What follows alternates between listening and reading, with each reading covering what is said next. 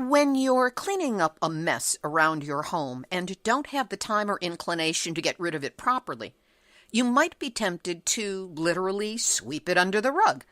And while that would make you a bad housekeeper, it probably would do no deeper damage. But when we're talking about high-level radioactive waste from nuclear reactors around the country, and the fact that there's no safe place to store it for the next 10,000 plus years, but there is this place called the Waste Isolation Pilot Plant, or WIPP site, an underground repository that's licensed to take low-level radioactive waste. If you're the Department of Energy, you just might be tempted to sweep all that radioactive material under this metaphoric rug and swear that everything will be okay and hope we all go along with it.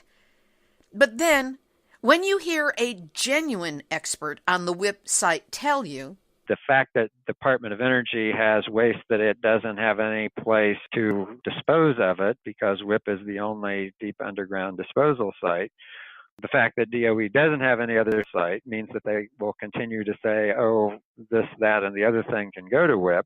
But that doesn't mean either that WIPP is capable of handling it safely, it wouldn't expose people and transportation and workers at the site, or that it's actually allowed by the law. Well, when you hear a genuine expert warn you that this problem of nuclear waste disposal is far more complex and potentially deadly than anyone had anticipated or explained, you've got a pretty good idea that you and I, and even the folks at DOE, are in that seat that we all share.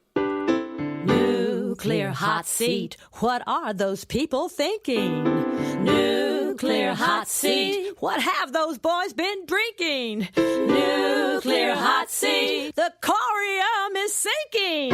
Our time to act is shrinking, but our activists are linking. Nuclear hot seat, it's the bomb.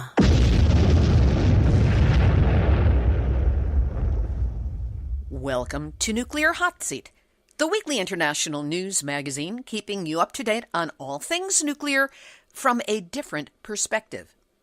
My name is Libbe HaLevy. I am the producer and host, as well as a survivor of the nuclear accident at 3 Mile Island from just 1 mile away. So I know what can happen when those nuclear so-called experts get it wrong. This week, we talk with Don Hancock, Executive Director of the Southwest Information and Research Center, a New Mexico-based nuclear watchdog group that focuses heavily on the goings-on at WIPP. This area is the focus of Nuclear Regulatory Commission hearings this week and major national activism.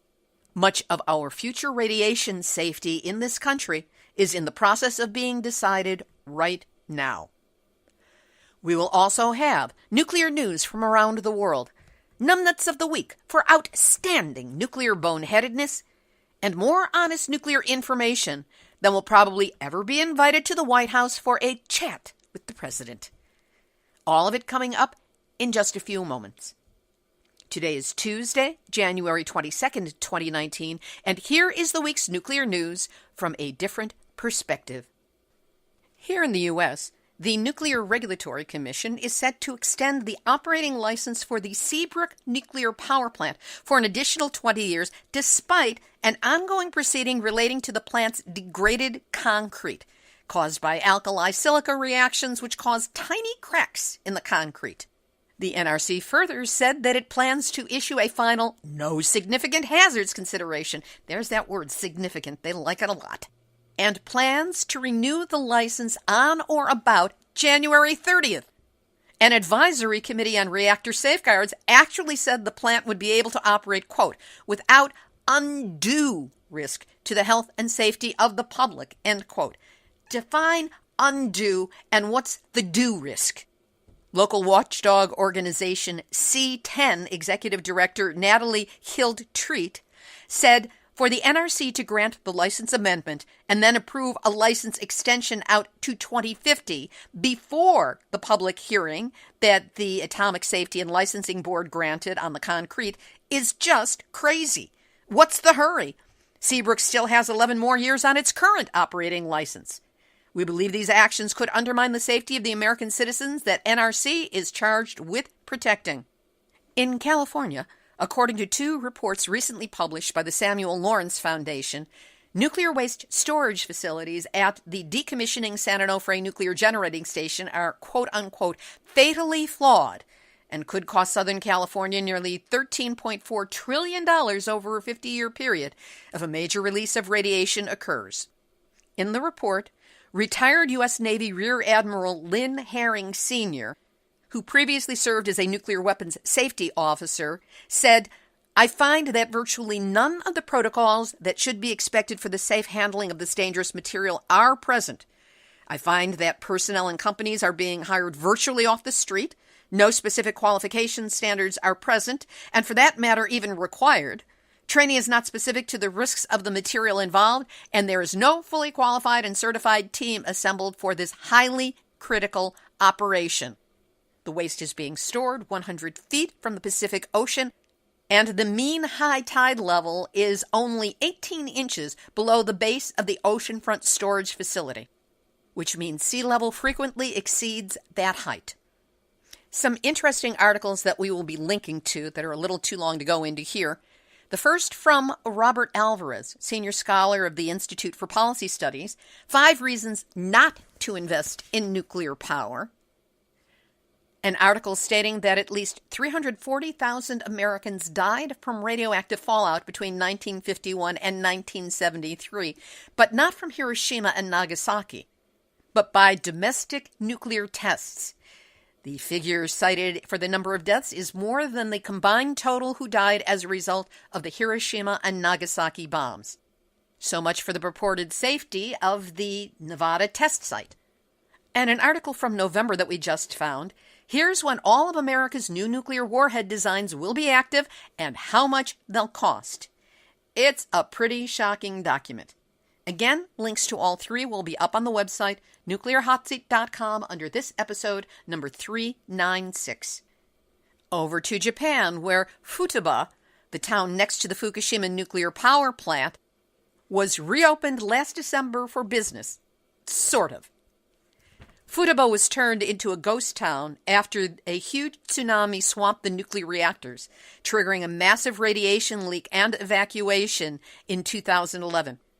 But authorities, whoever they are now planning on reopening the town, despite warnings of worryingly high levels of radiation. Those hoping to travel there will need to apply for permission to enter before they will be allowed past a checkpoint. It is thought the town could be rebuilt and ready for evacuees to move back by 2022, provided it reaches government-set so-called safe levels of contamination by the end of this year. Officials want radiation levels to be below 1 millisievert for people to live there again. Those levels were undoubtedly set in relation to the body of an adult man and do not take into consideration the additional risks to the bodies of women, children, most particularly little girls who are 10 times more susceptible to radiation than an adult man, and, of course, fetuses. And while Japan may now be exporting rice to China, Chinese residents have expressed concerns over the safety of that rice, especially produced near the Fukushima disaster area. On January 8th of this year, the Chinese government lifted the ban on imports of rice produced in Niigata Prefecture. In a test run, Niigata Rice will have a trial sale of only 500 bags, totaling 2 tons, to Shanghai. However, Chinese residents don't seem to have much desire to buy the rice. The price is almost twice that of domestic rice. And while Taobao, an online shopping site which sells rice from northeast China and has a monthly sale of more than 30,000 bags, its monthly sales of rice from Japan has been a mere 95 bags. From Japan to the UK, where big news is that Hitachi has scrapped plans to build a nuclear power station in Wales, becoming the second firm in 2 months to abandon major nuclear projects. The £16 billion WIPP plant on Ainsley was meant to be next in a line of new nuclear plants behind Hinkley Point C, but the Japanese conglomerate failed to reach a deal with the UK government. Hitachi will also bail on a second nuclear facility at Oldbury in Gloucestershire. Combined with the collapse of a Toshiba nuclear project in Moorside, it should be becoming evident that business cannot deliver a nuclear future. And also from the UK, Nuclear hot seat, nuclear hot seat, nuclear hot seat, nuts out a week. That old nuclear bugaboo, human error, factors in once again. In the UK, a nuclear-powered Royal Navy submarine was involved in a near miss with a large passenger ferry with a capacity for 1,300 passengers and 660 cars. The previously unreported incident was just discovered as having happened in the Irish Sea on November 6, 2018. The submarine was apparently operating at periscope depth, which meant it should have been looking around, and it's hard to miss a ferry that big. What it was doing in proximity at this moment, nobody knows. But be it underwater, in the air, or on the ground, there's always room for a human nuclear oops. And that's why UK Royal Navy, which didn't bother to report the incident, you are this week's Nuclear hot seat, nuts out a week. In France, the European Commission has given the green light to the French government to enable the construction of solar plants at the Fessenheim nuclear power plant. The 50-year-old Fessenheim nuke has faced several safety issues over the decades and is scheduled to be decommissioned no later than the end of 2020. In Australia, it has been determined that the cost of rehabilitating a uranium mine, which is surrounded by a World Heritage-listed national park, will be almost $300 million higher than previous estimates, according to uranium producer Energy Resources of Australia. Revised figures show it will now cost $808 million to rehabilitate the mine, but there is no current plan for monitoring this rehabilitation of the site beyond 2026. Good news from our friends at the International Campaign for the Abolition of Nuclear Weapons. Here in the U.S., on December 21st, Congresswoman Barbara Lee from California became the fifth member of Congress to sign the ICANN Parliamentary Pledge. By signing, Congresswoman Lee joins nearly 1,000 parliamentarians from 30 countries who have pledged to support the Treaty on the Prohibition of Nuclear Weapons, otherwise known as the Nuclear Ban Treaty, in their respective countries. We'll have this week's featured interview in just a moment, but first, I know that you care about getting honest, verifiable nuclear news. Otherwise, you wouldn't be listening to this show. That's what we set out to provide here at Nuclear Hot Seat every week. Verifiable nuclear information that's been sourced, checked, and footnoted, plus interviews with people who are genuine experts on various aspects of the nuclear industry that the industry itself would rather you not know about.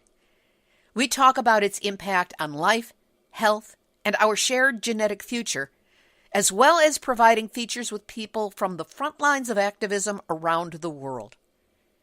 Without your support, Nuclear Hot Seat would not be able to continue. So if you appreciate the information you get from the show, help us out by sending a donation to help us meet our expenses. Now, we make it easy for you to do this. Just go to nuclearhotseat.com and click on the big red donate button. That's where you can send a one-time donation or set up a monthly automatic recurring donation of any size. For those of you who want to make a big difference that's easy on the budget, on the website there's also a big green donate button. With just a few clicks, it allows you to set up a recurring donation of just $5 a month. Now come on, it's the same as you'd spend here in the U.S. on a decent cup of coffee and a tip. So please, do what you can to help Nuclear Hot Seat stay up and running so we can continue to search out and share information that the nuclear industry really doesn't want you to know. Whatever you can do to help, you have my gratitude. Here's this week's featured interview. The Waste Isolation Pilot Plant, or WIPP site in New Mexico, is this country's only deep geological repository, an underground storage facility for radioactive waste, which its designers claim can safely hold the deadly stuff for 10,000 years. Now, it was designed to handle what's called low-level transuranic waste, which consists of clothing, tools, rags, residues, debris, soil, and other items contaminated with small amounts of plutonium and other man-made radioactive elements during nuclear weapons manufacture. WIPP was never designed to handle and hold highly radioactive waste, such as the so-called spent fuel rods from nuclear reactors. Now, WIPP had 2 accidents in 2014, major accidents. An underground truck fire on February 4th, and then the explosion of a 55-gallon waste container from Los Alamos National Labs only 10 days later, on Valentine's Day. That explosion contaminated WIPP with radiation and shut it down 9,985 years shy of its 10,000-year use-by date. In the closing days of the last presidential administration, now former Energy Secretary Ernest Moniz declared WIPP open to receive shipments of waste again and safe. But is it really? In truth, WIPP is once again a hotspot and flashpoint for nuclear manipulation, and that's what we're going to explore today. Don Hancock is Executive Director of the Southwest Information and Research Center, a nuclear watchdog group headquartered in Albuquerque, New Mexico. Don's been a reliable source of information for Nuclear Hot Seat on the problems at WIPP since the first accident I mentioned. In today's interview, Don gives us an update on conditions at WIPP, along with the intense political wrangling going on right now about changes in regulations that would allow WIPP to take waste it's not designed to take. We also go into the battle over the threat of the world's largest radioactive waste dump being situated in New Mexico and or New Mexico adjacent in West Texas. I spoke with Don on Friday, January 18, 2019. Don Hancock, always great to have you here on Nuclear Hot Seat. Thank you very much, Libby. Always good to be with you. It's been almost exactly 2 years since outgoing Energy Secretary Ernest Moniz stated that WIPP had repaired the damage from the 2014 fire and then the explosion of the 55-gallon drum of transuranic waste from Los Alamos National Lab, and that it was back up and running, and he made it sound like it was in full operation. How much of that statement was true, and how much of it was a politician's exaggeration, if not bluster? Well, there was certainly a lot of exaggeration to it. WIPP has started receiving waste again in April of 2017. So for the last, year and 9 months, waste has been coming in on a much slower rate than what had previously been the case. And the reason for that is that the facility is still severely contaminated in the underground. And because of the contamination and because of not enough ventilation, in other words, airflow through the mine, the workers have to be in full protective equipment with respirators to protect them from the contamination on the one hand, and on the other hand, there's not enough ventilation going through to be able to allow all the operations that they were using before 2014 when the radiation release occurred. So what that means is they've slowed down pretty dramatically the number of shipments. Most weeks there are 5 or 6 or 7 shipments as opposed to what they used to consider to be average of 17 or so shipments. So it's definitely not the case that it's operating the way it was before 2014. And in fact, because of the combination of the contamination and the ventilation problem, they actually say the earliest they would be back to sort of similar amount of waste and shipments that they did before would be the year 2022. And that's dependent on some upgrades to the facility that may or may not work, and some of which have not been even approved yet. So there still are a lot of issues. It's primarily receiving about half of its shipments, or up to 2/3 of its shipments are coming from the Idaho National Laboratory in Idaho. And then there are maybe 1 or 2 shipments a week from either Oak Ridge, Tennessee, Los Alamos in New Mexico, or the Argonne National Laboratory near Chicago. What is the impact of that on those places that are trying to offload their waste to WIPP? Well, there are 2 ways of looking at that. All of those places have a lot more waste than what they're shipping to WIPP. So on the one hand, they're all big sites that have significant amount of waste. So it affects them in the sense that they're storing more on site than what they had planned to. But in all cases, there are neither regulatory or physical space limitations on them being able to store the waste. In fact, the Department of Energy itself has historically said in its environmental impact statements that it's safer to leave the waste where it is than it is to transport it and put it underground at WIPP. In fact, actual experience has shown that to be true, which again is not to say that everything is perfect at all these sites, because it's clearly not. And in some cases, the sites, Los Alamos is a good example, are continuing to create more waste. So that the real impacts are not all that great. The policy and psychological impacts sometimes can be, because WIPP is supposed to be, quote unquote, solving a problem. Well, it's not solving the problem, which then, for people who are paying attention, gets back to the question of, number one, should we be creating more waste? And the answer to that would seem to be no. And 2 is, should there be more care taken of the waste at some of the sites, thinking that they're going to be there longer term? The other part of that, and gets into something that's just recently happened, just like in leading up to the 2014 accident, DOE and the WIPP people were paying a lot of attention to trying to propose and advocate for additional waste and additional missions for WIPP. They're doing that same sort of thing now, which to me is a reason that we're likely to have other accidents at WIPP, because when management takes their attention off of the real mission, which is transport the waste and operate WIPP safely, and are doing other things, then bad things tend to happen. This sounds like we're heading into a question that I had prepared about the fact that the Trump administration is now promoting a redesignation of high-level radioactive waste as either low-level or mid-level. In other words, changing the label so that they don't have to pay as much to store it. What is the potential impact to WIPP if that goes through?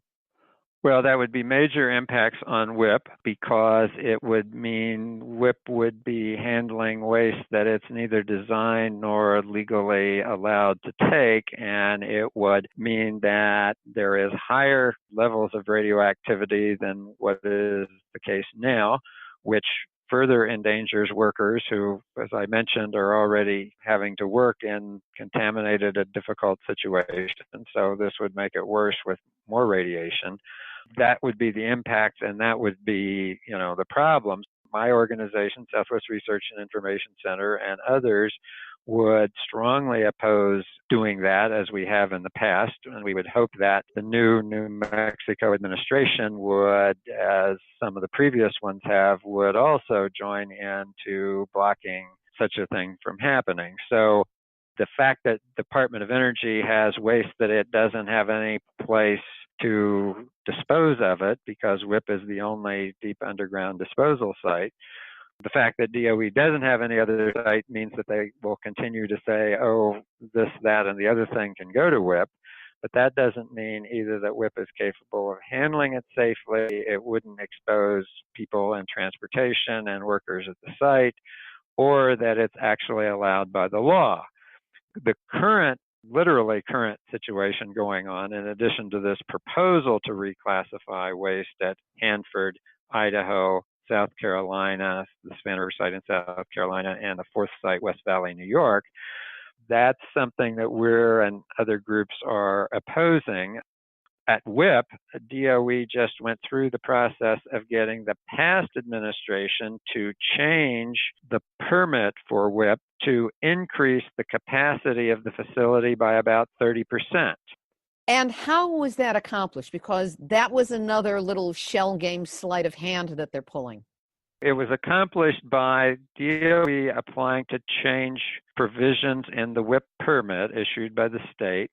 My organization and many others opposed it, but DOE got the past administration to say, yeah, this would be okay, and so they rushed through a change in the permit, issued the change on December 21st of 2018, 10 days before that administration disappeared, to leave it in the laps of the new governor and the new administration. So yesterday on January 17th, my organization and another organization, Nuclear Watch of New Mexico, jointly appealed that decision to get it overturned in the New Mexico Court of Appeals. So, yes, you are right. They kind of tried to sneak it through, which they couldn't because there was a lot of opposition. So we slowed it down, but we were unable to stop it because DOE in the last administration decided to go ahead with it, even though it's illegal and improper and a change of practice and lots of opposition, et cetera.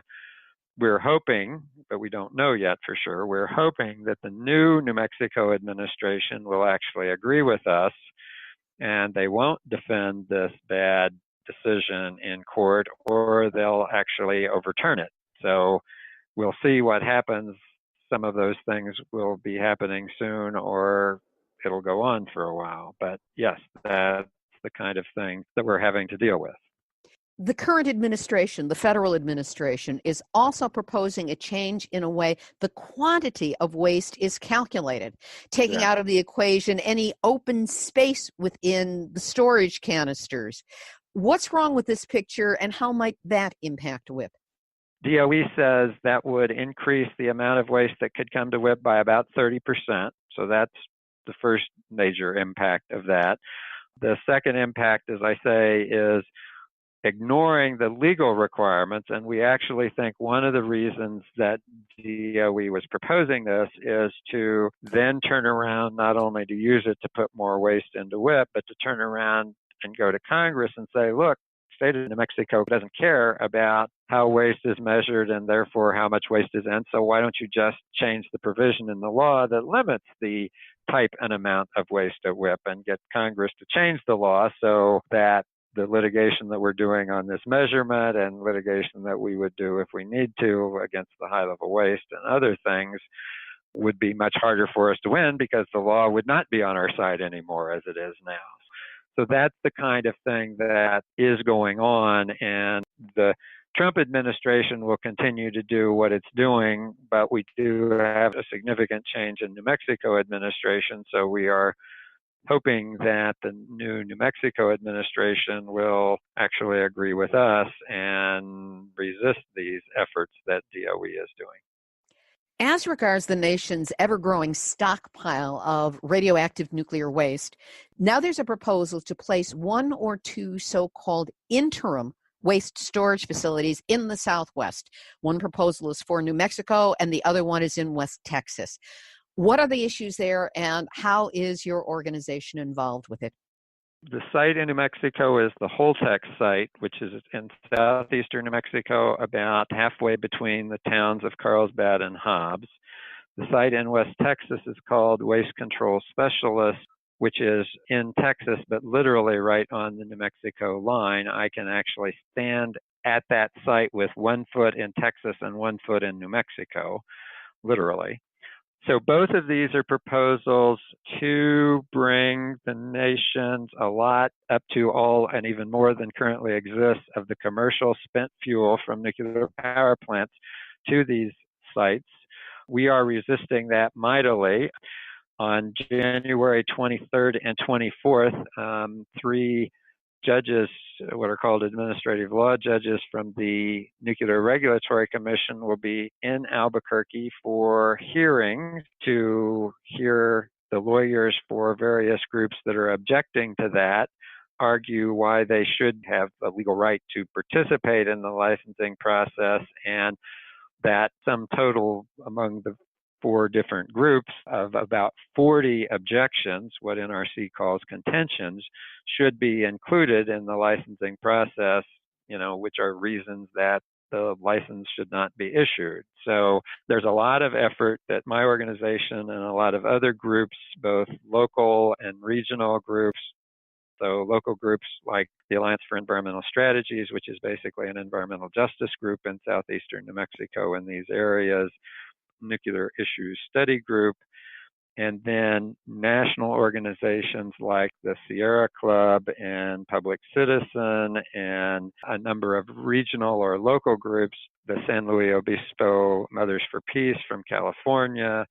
All of those groups that I just mentioned and some more are objecting and opposing these sites. And as I say, next week, January 23 and 24, there will be major hearings where the lawyers will be talking, et cetera. Before that, on January 22nd, the coalition of groups that I mentioned will be having a press conference in Albuquerque to go over some of their objections and encourage people to actually come to those hearings, even though these are like courtroom proceedings, so individual people can't get up and talk. But to have people from New Mexico who are there supporting the opponents and not supporting what the Nuclear Regulatory Commission and staff and the whole company that's applying for this license are saying will be important. So we will be highlighting in the press conference, we will be highlighting the technical and legal problems with this proposal and also encouraging people to come. And we in New Mexico appreciate the fact that in addition to the New Mexico opposition, there are people from other parts of the country that are coming in for this hearing as well. And so that shows that it's not just a local issue and not just a regional issue, it's a national issue, because to bring spent fuel from the power plants all over the country to New Mexico requires going through a lot of communities all across the country, whether they have nuclear power or not, and the transportation itself of this very highly radioactive waste is dangerous. We've also had interviews on this program with Donna Gilmore of San Onofre Safety, who is the one who researched the fact that the railways are not built to be able to withstand the kind of weight that would come from transport of nuclear canisters, let alone in their travel canisters on the rail beds. And that's just flat out from the rail industry. So there are a lot of dangers here that are not being paid attention to seriously enough, it seems, by those who are trying to push through these 2 so-called interim repositories, which may end up being there forever. My question is, given the fact that the NRC seems to exist to do the nuclear industry's biddings, as we heard so clearly on last week's interview with former NRC Chair Greg Yatsko, how likely is it that the agency will take the points that are being raised under serious advisement and actually use it to influence their decision-making process, as opposed to the there, Missy, don't worry your pretty little head about it approach? Well, clearly, as you described, that's what NRC always does. So we understand that. So 2 things, though, to keep in mind. You might say, why are we wasting our time, effort, and money to fight this?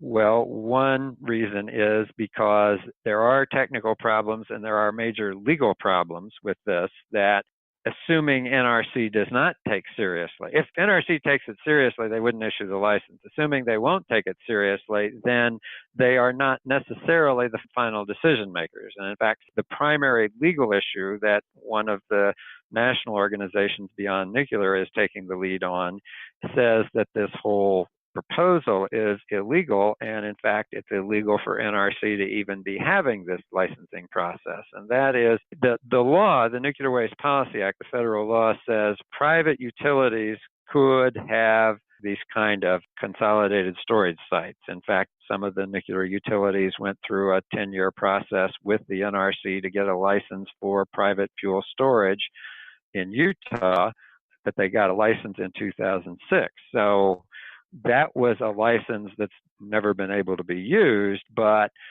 it was and is legal for utilities to say, we will keep title of the waste, we will pay all the transportation costs, we will pay all the storage costs for these kind of facilities. But that's not what Holtec and waste control specialists are saying. Instead, they're saying the taxpayers, through the Department of Energy, would take title to the waste, would pay for the transportation, would deal with the emergency response, would pay all the costs of storage, and would then take it to some disposal site. Well, that's not what the current law allows. In fact, the current law prohibits the Department of Energy from doing those things.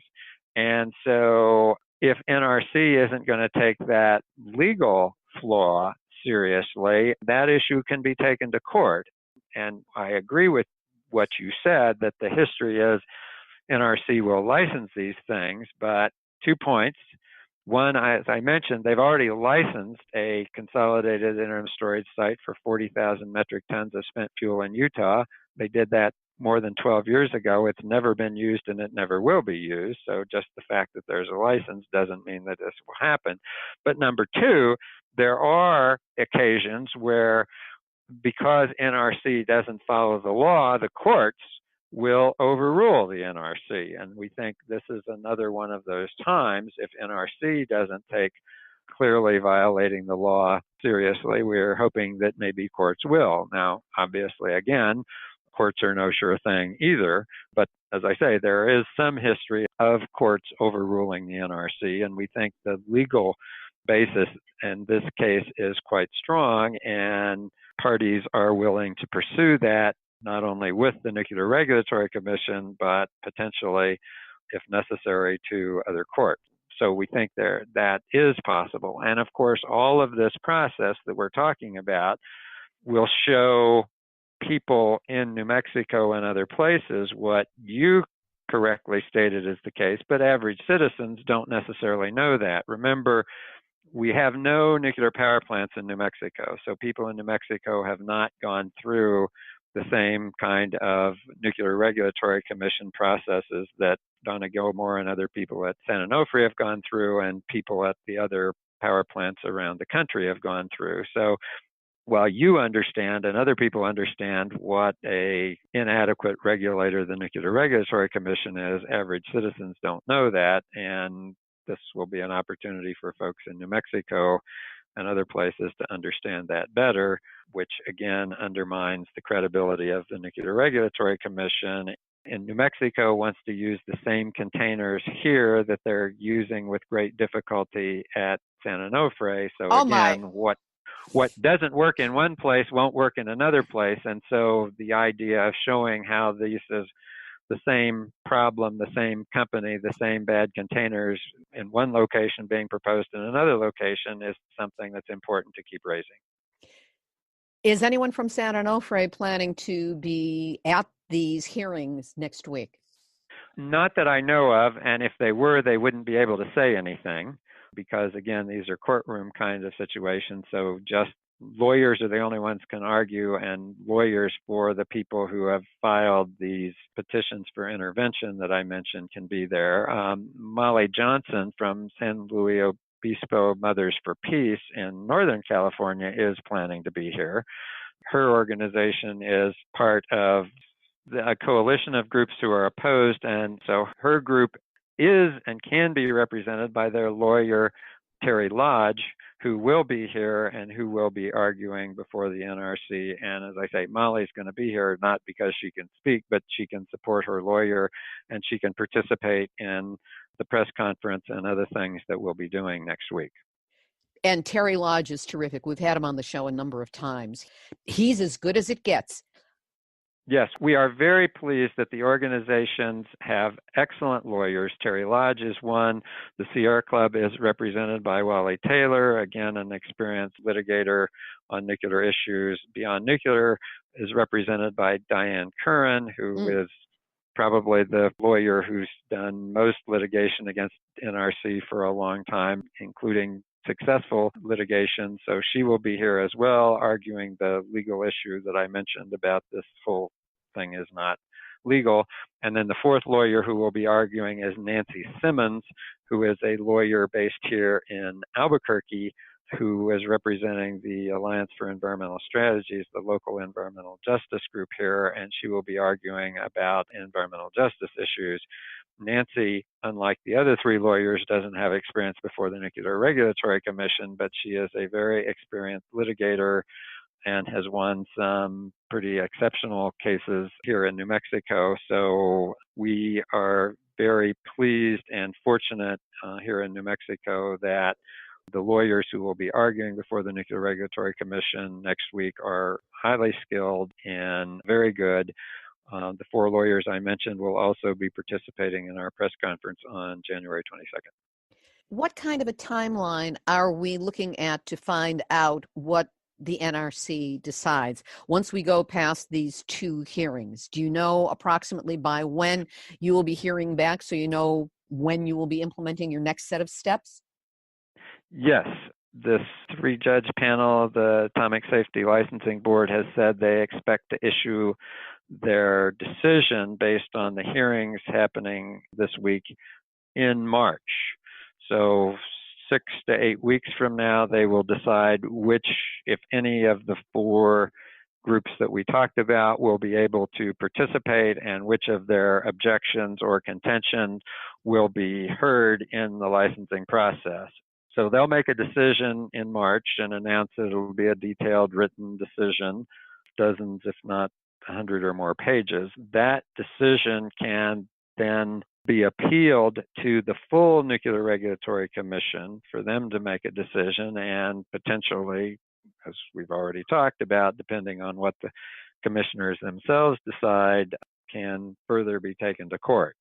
And we think some of the parties and some of the contentions will have to be admitted because, we've got people that are directly working by these sites, have property by these sites, live along the transportation routes, et cetera, both in New Mexico and other parts of the country. So if they actually exclude all of these groups and all of these issues, many of which are backed up also by expert witness testimony, that will be such a clear error that we would think that would be reversed. So we sort of expect that at least some of the groups and some of the objections will be admitted. If they are, that will then have a licensing process that'll go on for an unknown number of times, but probably 2 or 3 years at least. I just find it shocking that the groups that are objecting have to fight for a place at the table, a right to have their voices, and get to have it predetermined which of the issues are actually going to be considered, as opposed to, look, they're all important. Why don't you pay attention to all of them? You are correct. And of course, as I say, all of these groups and all of these contentions should be considered based on past performance. We're not optimistic that that's going to happen. But again, unfortunately, that's part of the process that we have to go through, because if nobody objects, then this process goes faster. And politically, and again, just like with WIPP, what Holtec wants to do is get Congress to change the law. So if they're able to get a license or show there's not any opposition, that then increases their lobbying strength to go to Congress and say, hey, change the law, which of course our groups in New Mexico, as well as the groups around the country that we've mentioned and others, would resist that as well. So part of what's going on is a little bit of theater in the sense of Holtec using the licensing process to change the law, use it as part of their lobbying to change the law, because they also know this example of private fuel storage where you got a license and you couldn't actually use it. We in New Mexico will, if we're unable to stop the license, we'll also expect they're going to not be able to use it. And in that regard, it's important to point out the Waste Control Specialist site in Texas that has a lot of the same problems and a lot of the same opposition. All of the transportation, well, Texas is east of New Mexico, and about 90% of the commercial spent fuel is east of New Mexico.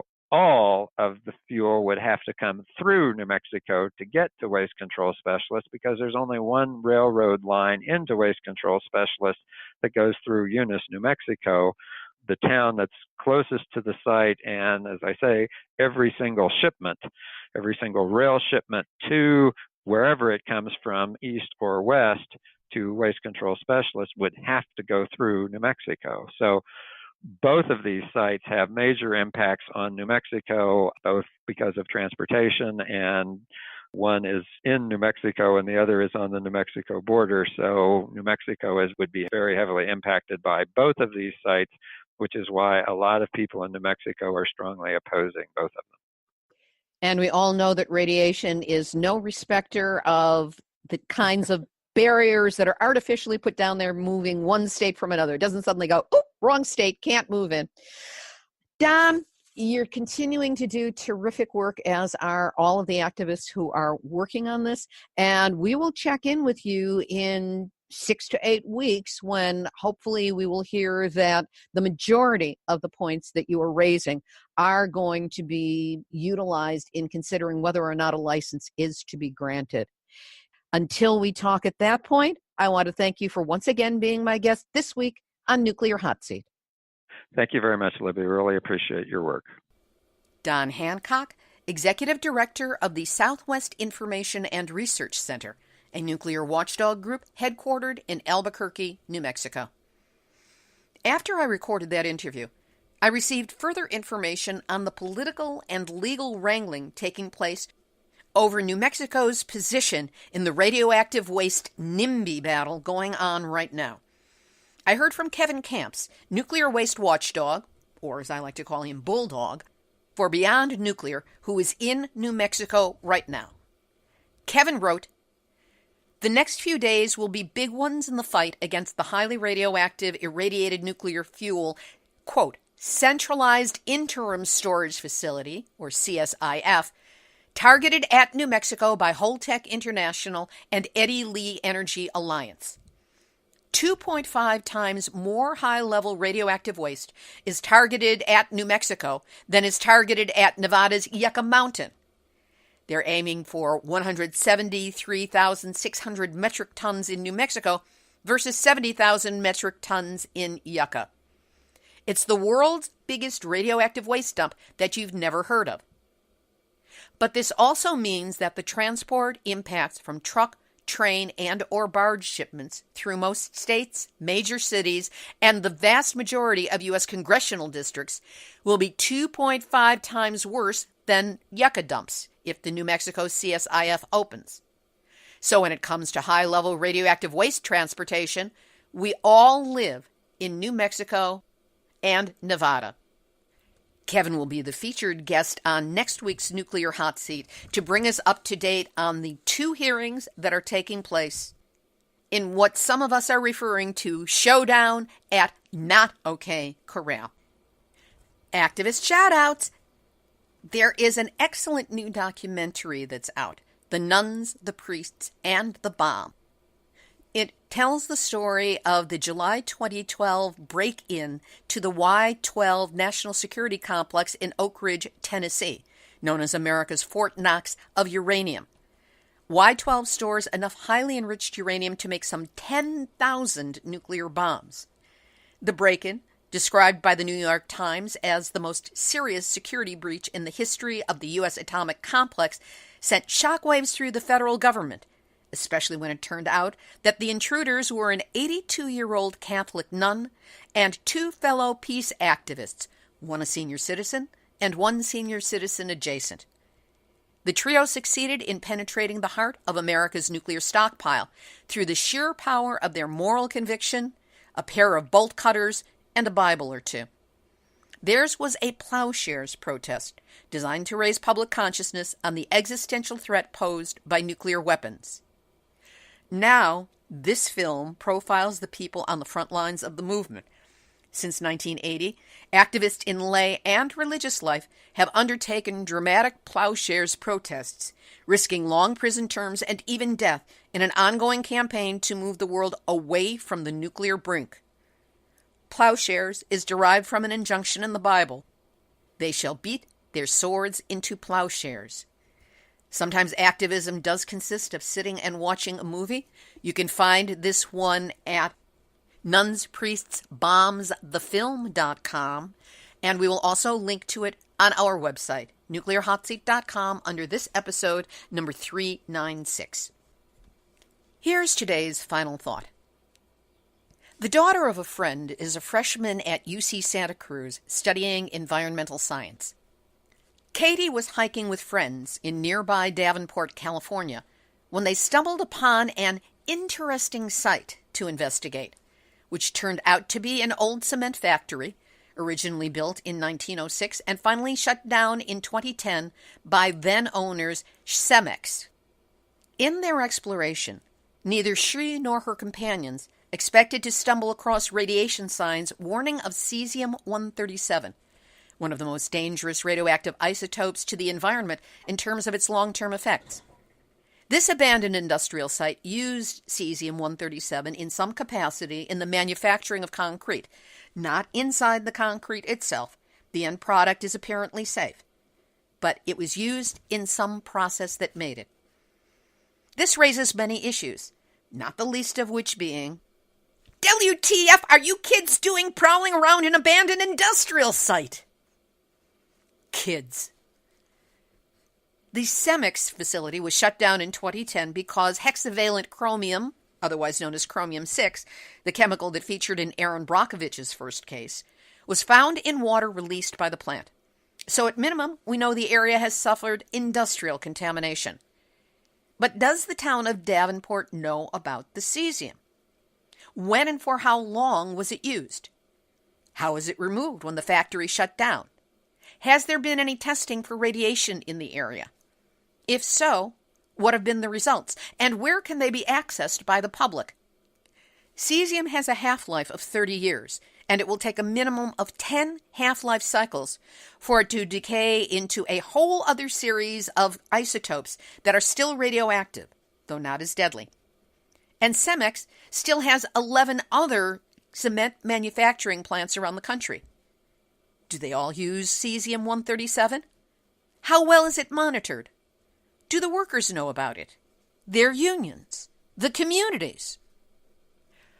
That's part of the problem with nuclear radiation and possible contamination. There's no telling where, how often, or how intensely it can show up once an environment has been contaminated, even by so-called safe manufacturing practices. For example, longtime listener Patty Amino of Apollo, Pennsylvania, near Pittsburgh, grew up across the street from the NUMEC plant, which processed nuclear fuel, only nobody knew that's what it did.